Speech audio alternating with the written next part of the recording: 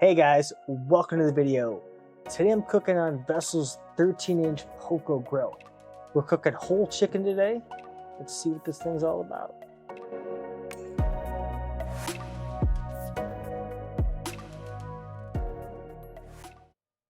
Okay, so what I have today is, this is Vessil's POCO, and this is their 13-inch Kamado style grill. If you're not familiar with Vessils, they sell Kamado style grills, all different sizes, and they sent this to me to do a demo and review on it. So as a first cook, we're going to be doing a whole chicken today. I'll get to that in a second. First, I just want to talk about the product itself. So first off, packaging. Packaging was great.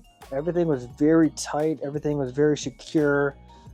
Vessils doesn't use any plastics or anything like that. They're paper only, which is kind of cool. Second, let's talk about the looks of this thing. I mean, it looks great. Looks very elegant. I don't know about you, but I like having a good looking grill in my backyard, and this thing definitely fits the bill for sure. Setup was pretty easy.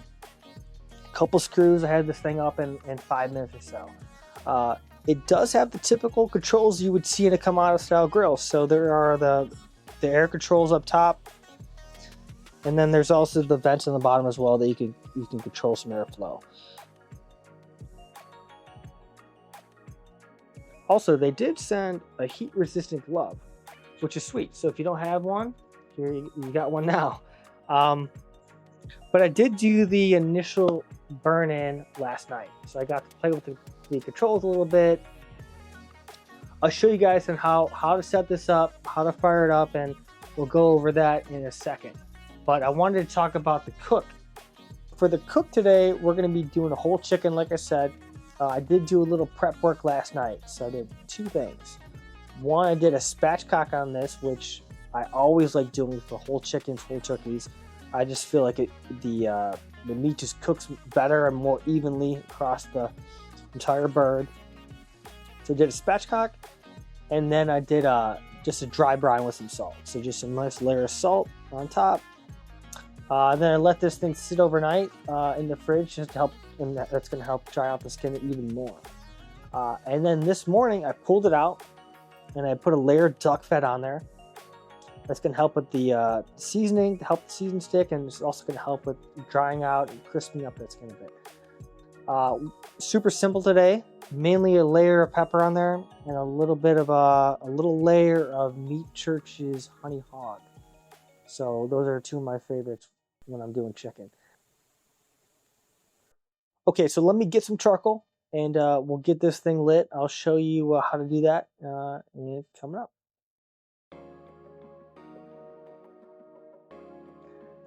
Okay, so getting this vessel lit is pretty simple. The main thing you need here is you need to get yourself some lump charcoal. Make sure you're using lump charcoal, not briquettes. Make sure it's a quality lump charcoal. Makes a huge difference with flavor and burn time, trust me. I'm also going to throw some additional wood on there. So I have the chunks and the chips today.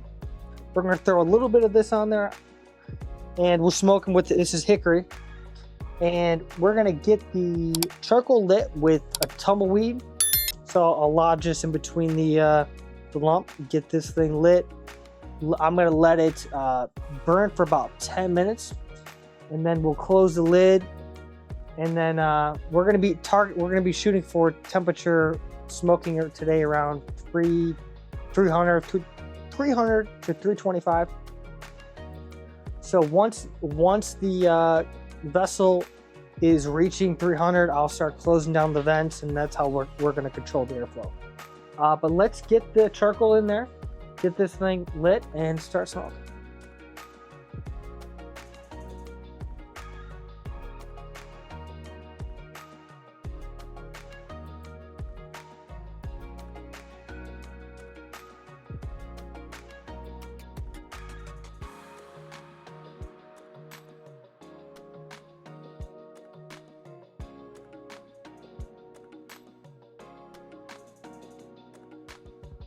Okay, so the charcoal's almost dashed over. It's been about 10 minutes, and at this point, we're going to be throwing on some wood. I'm just going to be doing a little bit of the chips today. And don't forget to use or to put in your deflector plate on top of the charcoal. Very important. So we'll get this up to temp. We're going to be cooking, like I said, at 300 degrees today. The target temperature for the chicken is I have a meat thermometer in the middle of the breast. I'm going to be tracking it, and we're going to be shooting for a temperature around 157 degrees. I would advise cooking around this temperature because we're going to get a carryover cook to about 165 degrees. And I'll show you that later on in the cook.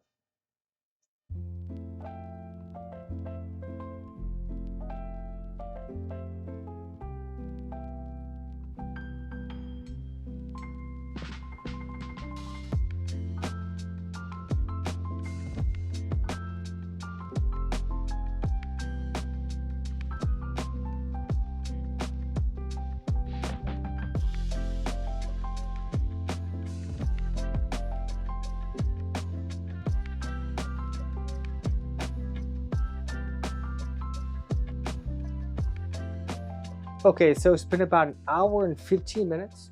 I have not looked at the chicken. We're almost at target temperature of 157 degrees. So what I'll do is I'm gonna open it up, let you take a look at it, and then I'm gonna pull it off, let it rest for 40 minutes, and then we'll cut into it. So stay tuned.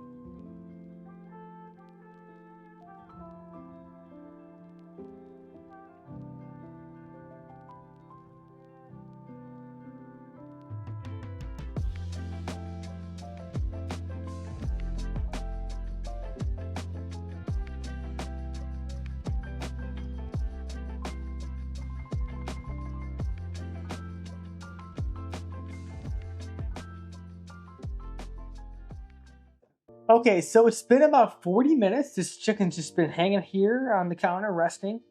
I wanted just to go on a quick rant here on why I cook the chicken to 157 degrees. So I'm gonna put up an image of this is the meat thermometer, and you can see the temperature. I pulled it at 157, but the carryover cook took it to almost 165 degrees.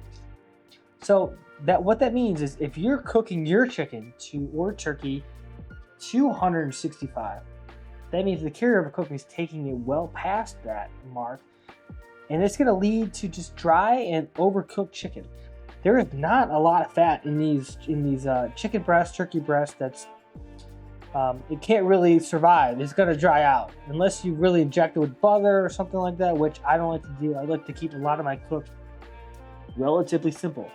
I feel like simple basics work the best for me. That's just how I cook. But what I'm going to do is I'm going to cut into this. I'll make a few cuts, and then we'll do a taste test and see what I think.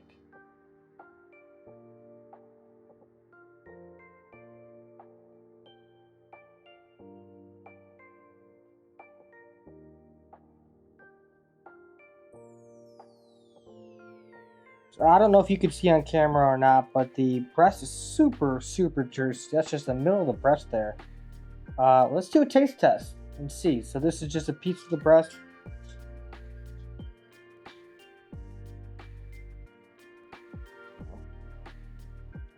Okay, so what's my final verdict? I'd give this chicken an A+. No joke. And I grade, and I'm very hard on myself, and I would say this chicken turned out exactly how I wanted it. And I'd probably say a lot has to do with how the Poco performed. Honestly, it performed very well, held the temperature very well.